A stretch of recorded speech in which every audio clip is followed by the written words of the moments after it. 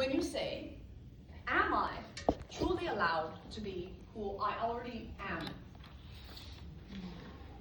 Much conditioning occurs as a direct side effect of the choice that you made when you created this game to come in as a helpless being or a helpless infant.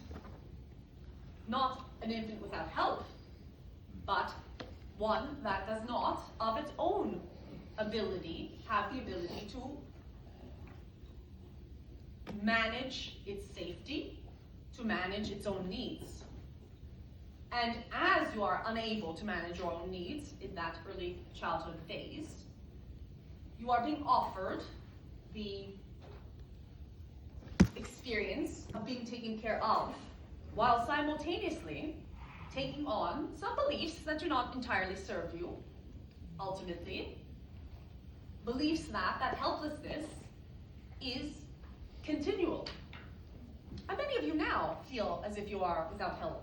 Many of you now feel as if you are still that infant, still that one that cannot fully trust anyone else because you cannot fully trust yourselves. You are instead, now in your adult form, in the position of being able to trust yourself fully. So, having been denied that, or denied yourself that as a child, simply because of the way you are set up, that desire to have that faith at the beginning of your experience on this planet, you are also in a space where it is a relearning or a forgetting of what is not you. In the forgetting of what is not you, you come to a space of eventually trusting yourself and then knowing that you, as a collaborative component of the all that is, of the universe, of divine will, are able to take the full reins of your experience here.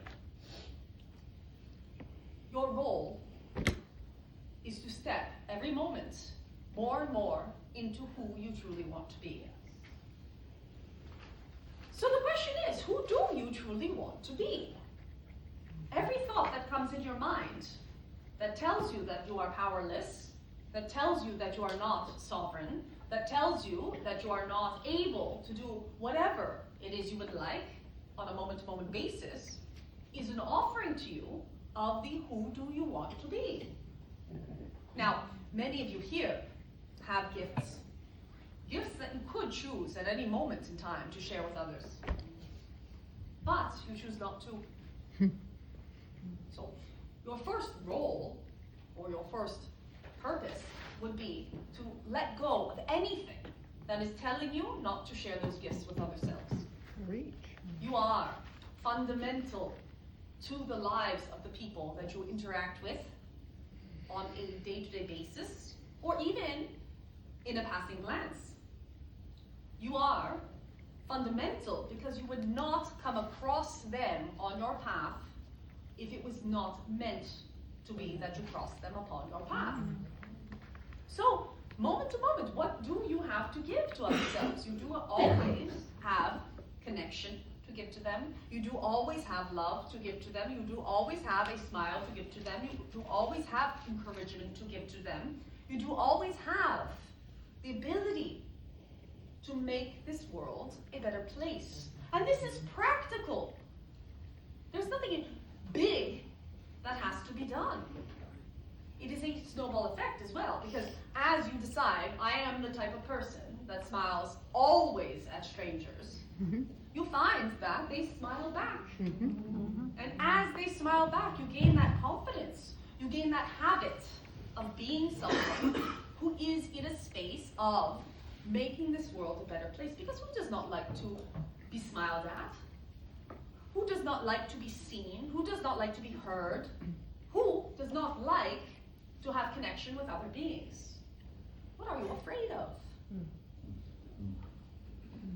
Yes. There is risk in this. There is the risk that you will begin to like yourself better.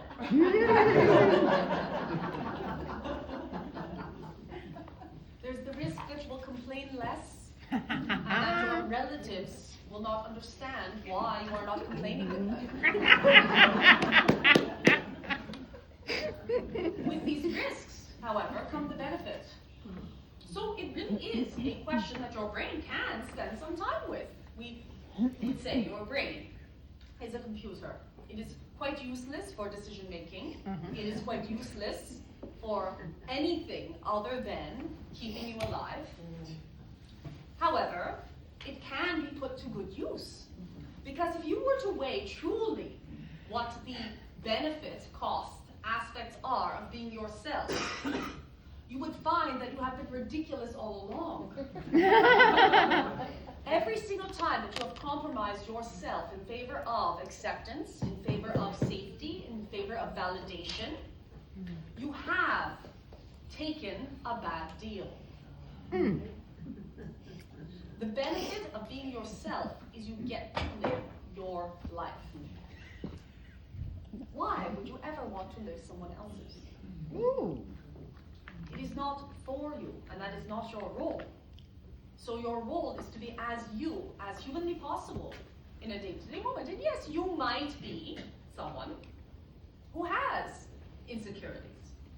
You might be someone who has fears. You might be someone who has concerns. And yes, that is also part of you. But as you face those aspects of yourself, as you dive into that, for example, fear of showing up, what occurs over and over again is that fear dissipates.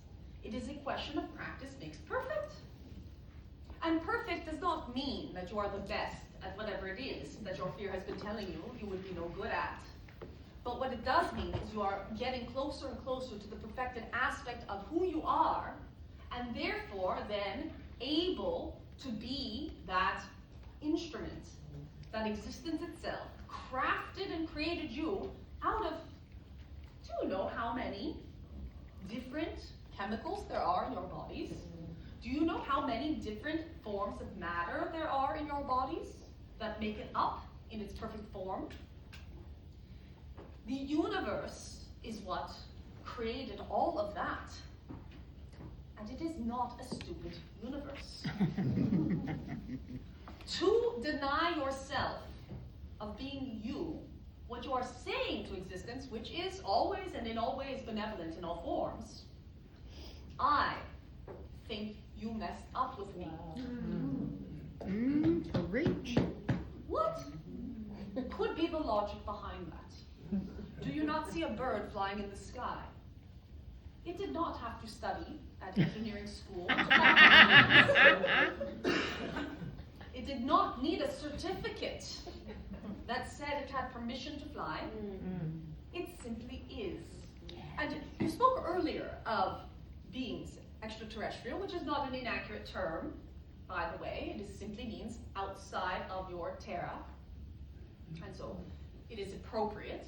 Your non-physical forms, spirits or angels or entities, are also extraterrestrial in that they are not bound to the physical earth that you are on. But you spoke of them, and in doing so, had the idea that somehow they were similar to your birds in that they were crafted in some sort of perfect form. You are as well. There's nothing wrong with you. There's nothing wrong with humanity. There's nothing wrong with the existence. There's nothing wrong with the catalyst. There's nothing wrong with the change. There's nothing wrong with your politicians. All of it is in perfect order. If you can align with the truth that all of it is in perfect order, you suddenly become much more available for that perfect order to flow through you. Your wisdom teachings, your religious teachings have told you you can let go and let God. This is indeed true. Be still. Because you are no different than the God that is all that is. There are also beings or consciousness on your planet that already knows this. Your rock formations or crystals or trees or birds or rivers, all of them are not in resistance at all. Amen. The human brain,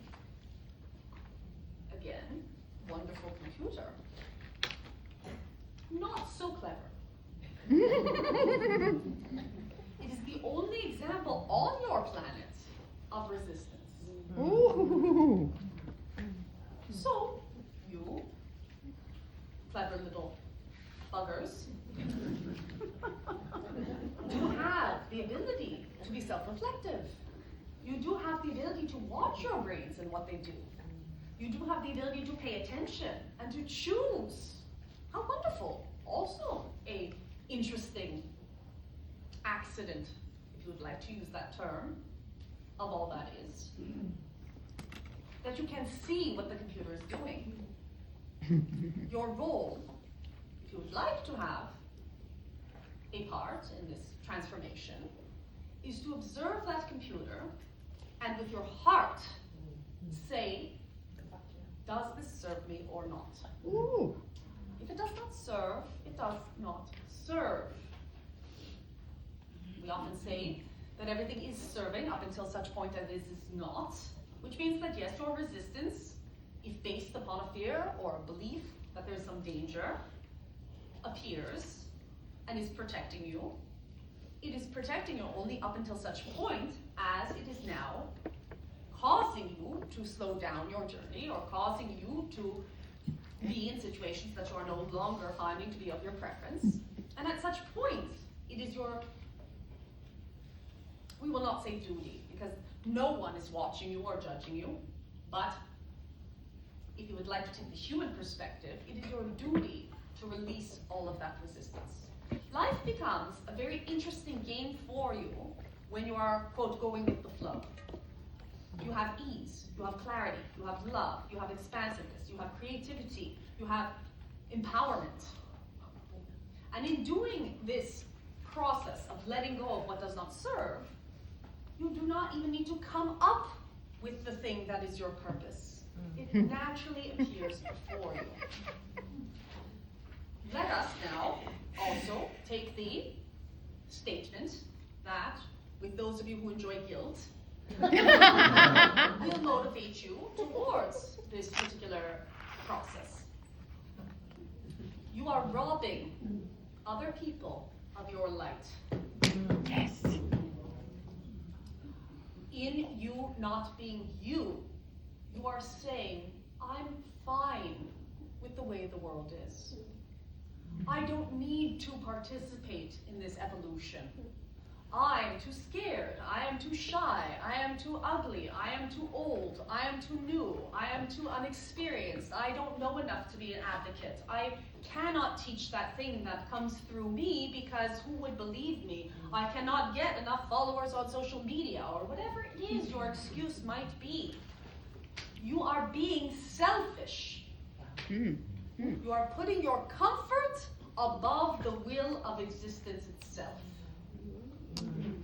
Woo, come on now. No one is judging you. Do not go home and eat a box of cookies. It is okay to take your time.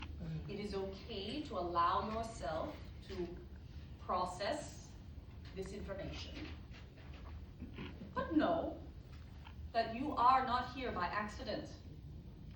Know that there's a wisdom within you, within your heart, yes, that is guiding you. And it is not only guiding you for yourself. You do not have selfish motives for being here. Some of you did want to come along for the journey. That is why you keep causing all kinds of trouble with your friends and family. Because it is entertaining for you. But you did also come here because you had a vision. A vision of that unity consciousness that you are calling in this now. And it is not anybody else's job to do it. You hear often how this one or that one is doing the wrong thing and it is influencing so many people, and so that is terrible and they should stop doing that. But in the meantime, are you doing what you know you could be doing? Are you changing things in the ways that feel delightful to you? Are you living your life from a space of integrity, authenticity, transparency? when you catch the gaze of another human, are you thinking of your own journey and your own offering? Or are you wondering what they think of you? Because you cannot be holding both at the same time. Let it go. What would you say the role is? Live in joy, as you expressed in the first session, and everything else will fall into place. It does indeed. You were asking me, right? Yes. This is absolutely brilliant. I have a couple of questions, but I don't want to interrupt your flow if you'd like to keep going. Please go.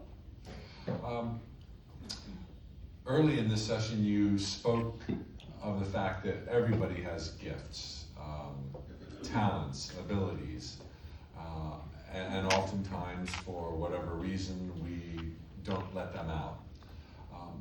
I think that's an exciting truth, and I'm sure whatever gifts anybody here has already unwrapped, there's still more. Could you speak to, I'm sure it may seem obvious, but to how one might find their gifts, express their gifts, questions they might ask themselves. I'm sure many would love to indulge a channeled state, or tap into automatic writing, or infinite wisdom, raise their vibrations. The list of gifts is exciting, and what could we do to each of us explore our own capabilities and innate strengths that we would be so good at expressing if we gave ourselves permission? So, you do know that even in that computer, your science has revealed to you that you do not use the majority of your brain. This is the case for your entire physical vessel. That you do have receptors and transmitters for many things beyond what you currently allow yourself to experience. All of you have had enough human experience to have things that are exciting to you and have things that are not. One way to begin to uncover what is my gift is it is directly related to anything you are interested in. Often you wander around saying, oh, I quite like that thing that has stimulated me, or I like that being, I like what they are doing with their life, or I like that particular talent, or I like that particular gift, be it spiritual or otherwise. And then you say immediately afterwards, but that's not me, that's someone else. Guess what? There are so many things going on your planet that there is no coincidence between the things you are attracted to and what you already are.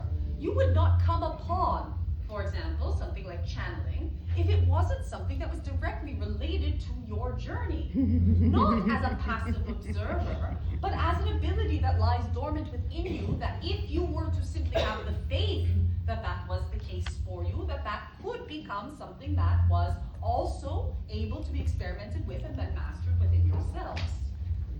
There are countless people right now that are playing billiards or playing the tuba, and those gifts, those talents, are more related to them than the people in this room, aside from the ones of you that do play the tuba. And in that realization, you can begin to look at your life also in the same way you would watch a movie. Is it not the case that when you watch a movie and you see that a character is reading a certain book, that when that book comes up later on in the film or something related to it, you go, aha, I noticed that. 20 minutes in, they were reading that book, and now they are talking about some of the concepts in that book, and now they are actually meeting the author who happens to live on the other side of the planet. Now they are falling in love with the author, or whatever it may be. So your life is not giving you something completely opposite of what you are. It is telling you, moment to moment, what your story is, unfolding through your preference and your experiences. Is it not the case, and this did occur to the vessel on the way here, that that the moment you see something written down, like there will be a Jeep Wrangler on the highway, you see 10 or 15 Jeep Wranglers. It is absolutely the case because it is part of the story. And in the being part of the story, that was set up to then be referenced back to in this now moment. It was not a coincidence that occurred. It was a seed that was planted so that we could then describe to you with that example that that was the case. Although at the time, the vessel does not care much about cars or any sort of mechanism of transportation. Therefore, it did not feel relevant. It was indeed quite relevant because there are those of you now who will leave this and see many of those Jeeps on their way home. So your gifts are in plain sight. They are there for you to grab. They are there for you to look for and hunt for. And then once you recognize them and say, actually, I have a deep interest in this subject, go, aha, if I have a deep interest in this subject, it must mean that this subject is mine to have.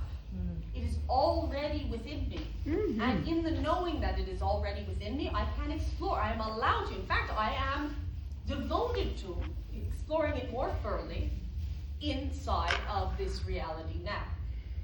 They are your permission slips. They are your hints, your clues, your indications of which direction to head in. And again, as always, use your internal guidance of excitement as to whether that indication is a directive to move more towards something or to allow yourself to let it go. Beautiful. You also spoke of the perfect order, that everything right now is playing out perfectly. And I think we all agree at some level. You also spoke of perhaps, you didn't use the word protest, but take action. When we see things happening in the world that don't resonate with us and do not feel like it would be our preference to participate in a society or under a certain government, how do we see the perfect order in decisions being made that don't seem to be ideal, and balance that with a notion that we can be the difference, that we can make a change? Is there room for activism? You use the word activism. Is there room for activism if the world is already perfect, even though we don't quite understand the mechanics that are playing out? Not entirely the way it manifests in this now moment. Of course you can, if you so choose, do whatever it is you would like to do. We do know, however, that in the majority of cases in which there is protest or activism, it is not coming from a place of, oh, I would really like to stand out in the rain with a sign for the next 15 hours and shout at someone who has a different opinion than me. Ooh. It is coming from a place of fear. It is coming from a place of obligation. It is coming from a place of, I better do the right thing, otherwise I am a bad person. These are all aspects that one can spend time to look at. And we would suggest to you that when you do see something in the world that you are not enjoying, your first question be, what is this perfect for? If it is perfect to stimulate you to be more loving to your cousin that you have not spoken to because of diverse ideas on a topic, then that might feel slightly better to you than standing around with the splinters getting into your hands from the sign that you are holding. So, your discomfort is also information for you. The stimulus of that discomfort is the perfection of it causing the discomfort in you for you to have that new information. Find the joy that comes in terms of action from that stimulus, and you have the key on how to resolve that particular problem. So, no, it will not be of great effect to stand around and protest, for example, environmental issues, but it might stimulate you to make better choices about how you are interacting with your environment, both in your own home and the environment as a whole. It may motivate you to come up with really wonderful ideas and solutions towards cleaning up the environment. It may motivate you to start centering yourself with people who do have those wonderful ideas or participating in projects that feel delightful to you. It is information that you have something you care about. And when you do care about something, it is worthy to take action on it. But action is not the same as activism. Because activism comes from a place of believing that if you make enough noise, somebody else is going to solve your problems. Oh. Nobody is coming to save you and change your diapers. Those days are gone. And as you realize this, that it does not matter how much you scream and cry, nobody is coming, you suddenly realize, you know what, actually, I don't need anyone to come. I have solutions in and of myself. I have ways of making my small impacts. And if I make my small impacts, I might also inspire someone else to do so. We have never seen a beach cleaned up by people holding signs. Hands are occupied by something else. And you must ask yourself, why? Why am I believing this is the best course of action? You will find if you dig deep enough into that question, you have been told that that is the best course of action. And in that telling of that best course of action, those who would not have you take any action at all have given you something for your idle hands. There are energies that do not agree with the shift towards unity consciousness. They are having a grand old time. And when you see your actions and the impact of them making no impact at all, what happens to you? You believe that you are powerless. You believe that you have to shout even louder, get even more angry, get even more fearful. Have any of these things ever served in the history of humanity? No. What has served is people saying, enough of this. I am going to make a change because I am capable of making a change, and that change starts with me. Wow, it's beautiful. When we speak of the perfect order, there are things that happen and or are announced that that just seem so crazy. And so how is there maybe a trick of perception? Trick is not the right word. Is there a tool that you could give us when we cannot see and perhaps truly deeply believe that a certain decision in world affairs has been made that we feel is just clearly not ideal in the short term? How can we find peace and know that it's being perfectly played out? So yes, this is challenging, but you can practice with it. To begin to, whenever something does come into your field, big or small, that is not your preference, your first thought be, this is good news. Because as that is your first thought, your brain, that computer, will then try to find the reason why it is good news. Well, that being has made this decision, this is good news. Why? Because now more people will decide to take action. Because now more people will see how there's injustice. Because now more people will make new choices. Because now more people will be on the same page as I am in terms of knowing clearly that something is off. And you will see, yes, that there will be those who think opposite to you. They will also think it is good news. You see, if you take the perspective that it is bad news, all you have done to yourself is put yourself in a perspective where you no longer have as much energy to make the choices and changes in your life that you would like to make. So the good news is it is always good news. This is the perfection. Because ultimately that thing only manifests because you have survived or thrived in the previous level of your challenge. So when something comes up that seems crazy, that seems out there, that seems a disaster, you know that you have come to the point in your journey in which you now have the resources to overcome it. It is only a case of you looking within yourself and saying, okay, there's this thing, I have the resources to overcome it, which I have not yet tapped into, and unlocking within yourself those new gifts, those new perspectives that will allow you to take that pinball machine launch and get your ball in motion. You have the ability to deal with everything that is thrown at you, or it would not be thrown at you.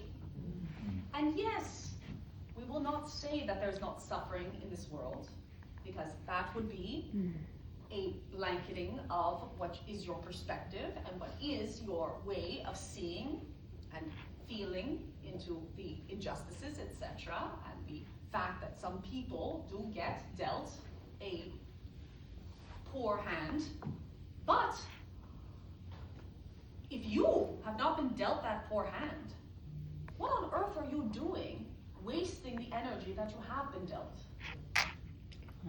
If it is you that can make the change because they, for example, have hunger, which is not an energy that can easily muster belief or faith or hope, well, why is it you are not doubling down on your belief, faith, and hope?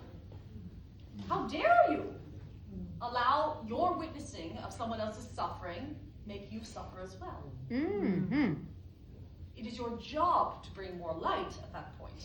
It is your job to share that abundance of love that you do have a resource for. Because you know what? When you are on a hard time, do you really want someone coming up to you and going, oh my goodness, it is a disaster, poor you.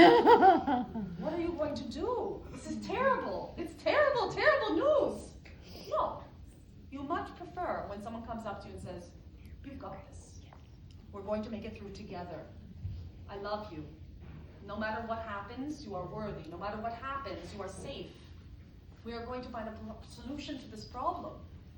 That being is far more useful to you in those moments when you have crisis, in those moments when you have mourning or loss, than someone who falls apart all around you. So the imbalance in the world of power, or the imbalance in the world of resources, or the imbalance in the world of things that are good luck or good fortune and poor circumstance, are not at all imbalanced if you play your role in the game. You are fortunate. You would not be here if you were not. And yes, you are seeking solutions not only for yourself but for others.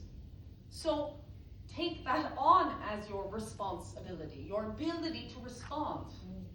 There's no need for you to see anything in the external world and say, this is bad news. Because all it is doing is stimulating you to be more of yourself. Wow, thank you so much.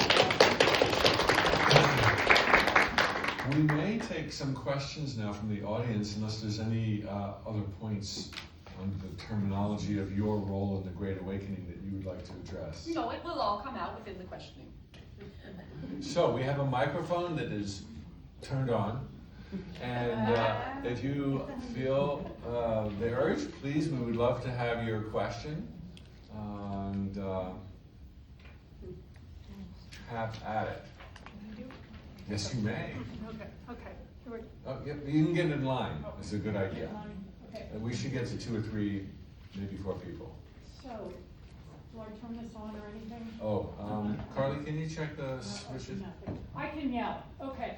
So, I so appreciate your supporting me not being an activist, which kind of makes me feel guilty sometimes that I'm not.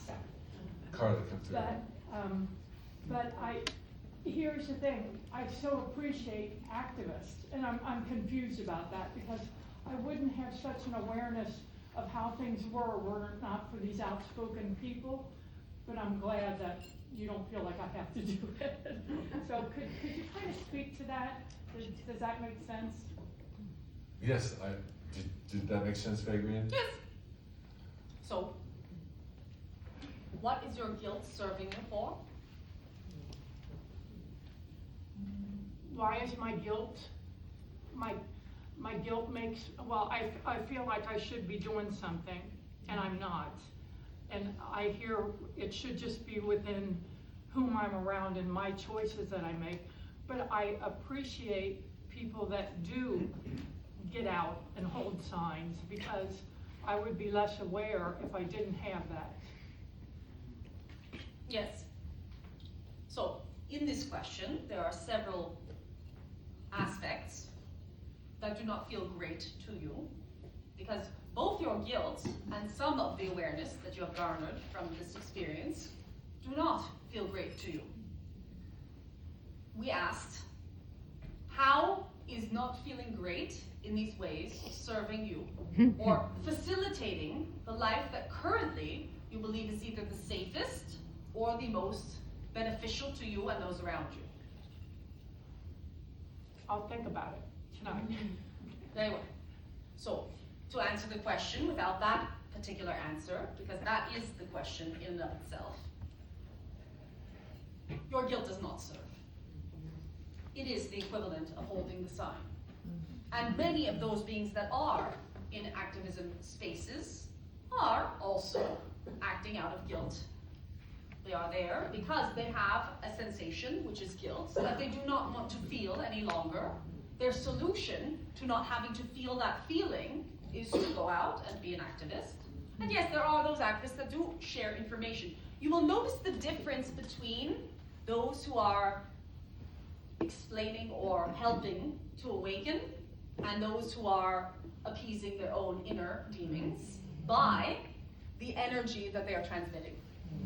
The energy of an activist who truly wants to share the wisdom they have garnered on a particular subject does not demonstrate any anger, does not demonstrate any judgment. They are simply transmitting the information that they have garnered on that particular subject and not actually trying to change anything. Instead, giving you more of the information that you might want or need to make changes within yourself.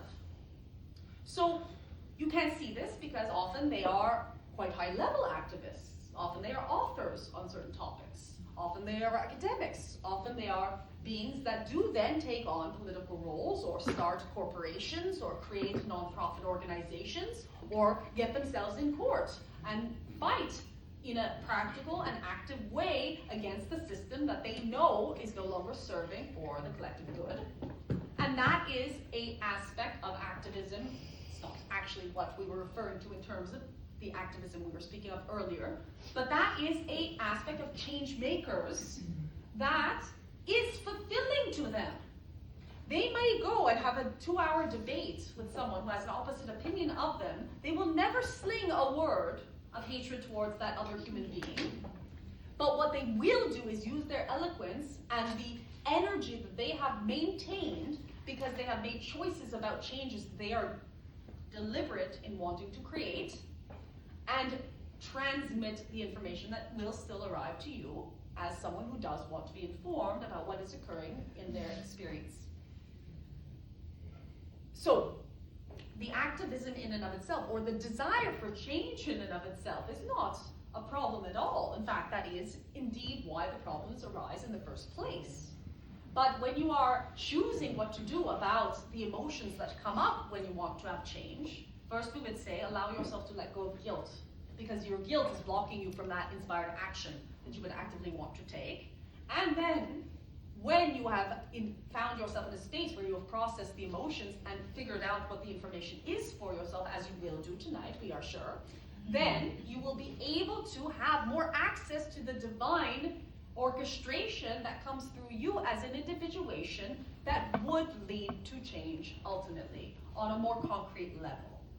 Motivated by love, right? Yes, Motivated always by love. and in all ways. Got it. I got it. Great. Next question.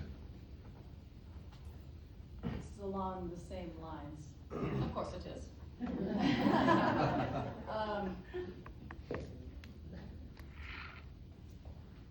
So my beliefs and my, To the microphone. Yeah, can't hear you. We're working on it. yeah, can you hear me? Yeah. Just keep Oh, talking. okay. My beliefs have evolved with all of this knowledge, and I'm wondering the best way to be of support, basically to my husband, who is struggling with the news, et cetera, and all, you know, everything that's basically changing because he is an educator. And he is, you know, writing and he's doing those things that he needs to do to express himself. And at the same time, I am more and more wanting to be only taking in the type of energy that feels good, right? I wanna maintain my joy, and so I'm curious your thoughts on how to be as supportive and loving, and because there's some anxiety, I think, that is going on there. And, you know, I don't want him to suffer, but at the same time, you know, protecting the space that allows me joy.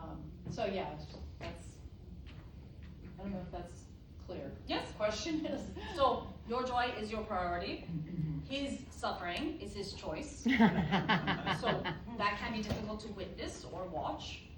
And at times, it does mean that distance can be created, and that perhaps is the correct thing.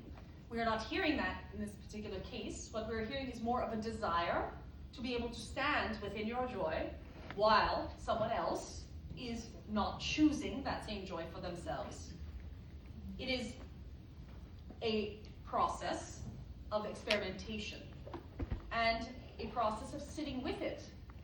The discomfort of his discomfort, you are allowing that to diminish your joy. You can be joyful anyhow, but you will have to go through the emotions of guilt that come up. You will have to go through the emotions of not being a good partner. You will have to go through the emotions of not having the same, in this now moment, parallel pathway that you are walking.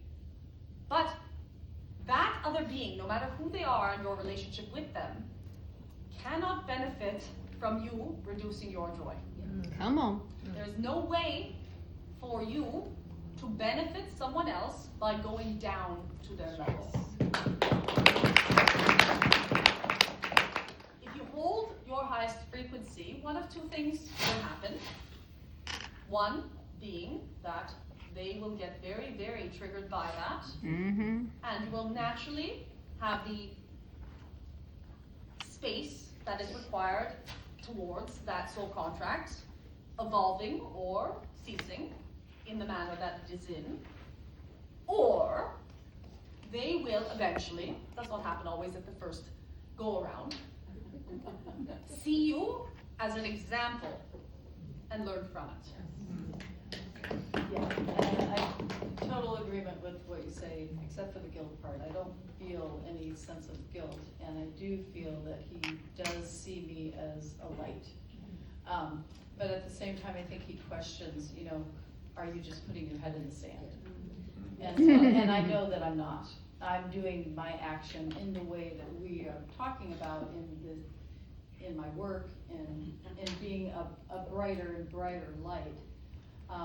It's just, I kind of want to pull him along a little. Great. And that's where, yeah. Are you comfortable with him seeing you with your head in the sand? Am I comfortable? I think he's got a misperception. So it's more that I don't think he's open to seeing that I don't have my head in the sand. Are you comfortable with him not being open to seeing that you don't have your head in the sand? Yes. Because none of this Yes. has to do with him or his perception of you. Yes, I'm comfortable with that. Well, then you do not have a problem. Okay, we have time for one more question, and then we'll break. I'll make it quick. It's okay. I It's just okay. want to know if there's any tips or tricks that you can offer to stop the mind chatter that kind of takes over our experience and help us to stay more present. So is there any tools that you would suggest? Yes, we would suggest chattering back. Allow yourself to be a little bit crazy, because that chatter that seems to be automatic can be spoken with. So as it says, oh, this, that, and the other thing, and this is happening, and that is happening, you say, is it? Really? What do you think? Tell me more. And in relating to it in this way, you begin to realize really how much of it is on autopilot, because it does not have something deeper to go into. Then when you see that it is a broken record played over and over again, you become somewhat immune to its chattering. And you can allow it to play. Yes, it may be irritating, but it no longer impacts you or affects you in the same way. If you are to talk, literally, to a record player that is stuck on a loop, it would not respond, because it only knows how to say the one thing. After you do that for a little while, allowing yourself to be crazy, you realize it has absolutely no power over you. So you would suggest asking it questions back, not Yes, you just can ask chattering, it but questions, you can tell it your own opinions when it tells you you are not worthy, or it's always been like this, or your mother did this, and this is what happened, and all these things, and then when we go, and where am I going to find parking, and all of these things. You say, really? What? Oh, really? Tell me more. Why not? Yes, okay. What else do you think? Because it does not have any thinking going on. It is repetition, because you have allowed yourself to get a state of repetition. And it is annoying, because it needs to be annoying for you to decide that you will step out of it. thank you. We thank you.